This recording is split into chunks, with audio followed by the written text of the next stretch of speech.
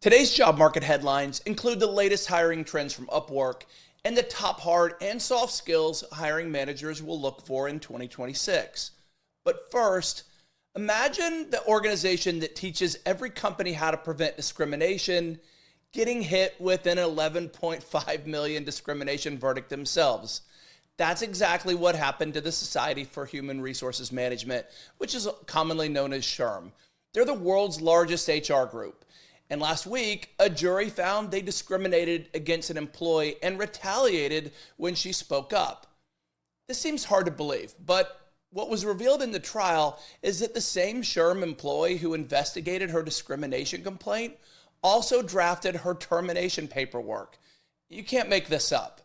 There's an employment attorney named Alice K. Jump who told Business Insider the optics are bad because they've held themselves out as an authority on best practices. And that's what this group is known for.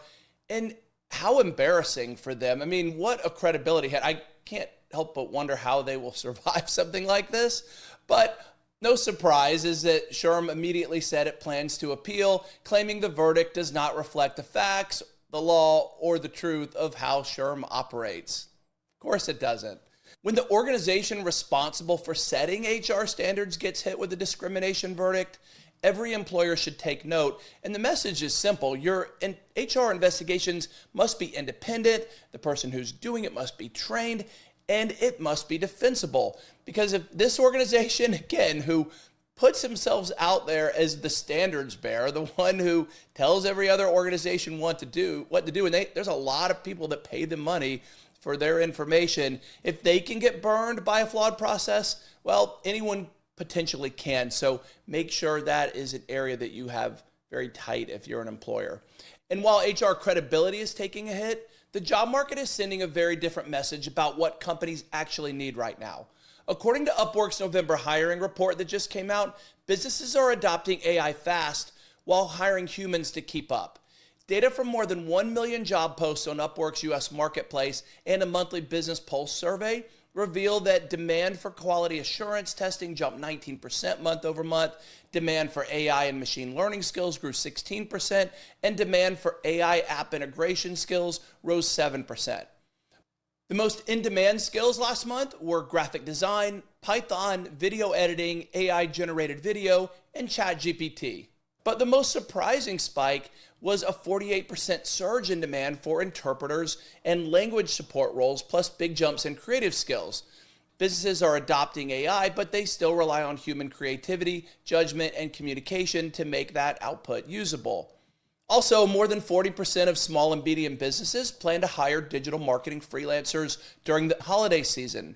Now, that's indicative of a typical seasonal boost in marketing, e-commerce, and customer-facing roles. It's not a statement on a turnaround in the job market. I wish it were, but it's just not. I think it's just more seasonality than anything else. But for freelancers and job seekers, there is a sweet spot forming where if you can combine technical or AI competence with strong human-centered skills, it's going to increase your marketability. The market is leaning toward hiring hybrid positions. So people who have strong AI knowledge, but can also think, refine, and polish what AI is doing. So make sure you're learning how to leverage it in your profession, whatever that is. And our final headline today supports this completely. Hiring managers just revealed the skills that will matter most in 2026. A new survey of more than 1,000 hiring managers from resumetemplates.com ranked the most important hard and soft skills for next year. The top hard skills are software tools, data analysis, cybersecurity, QA, and, of course, AI literacy. The top soft skills, communication, professionalism, resilience, and accountability. The translation is that companies want people who can think, adapt, analyze, and communicate all at once. And what's happening is that technical skills will still open the door for you, but it's the soft skills that are going to keep you there and will allow you to thrive in whatever it is you're doing. So as a candidate, if you're on the job market or as an employee, this balance is rapidly going from what companies prefer to what will be mandatory, what they're going to require. So pay attention to that. And if you have a weakness in one area or the other, work on it. And before we close, here's a fun fact today that I think this is a lot of fun. But maybe will surprise no one. Christopher Walken, when he was a teenager, had a job as a lion tamer. Of course he did. I mean, if you were going to think of someone who had a job like that, who better than Christopher Walken to be a lion tamer? So there you go. Those are your headlines and your fun fact for today. Thank you for listening. Please like, subscribe, share with anyone who you think might be interested. And as always, I welcome your feedback. Talk to you tomorrow.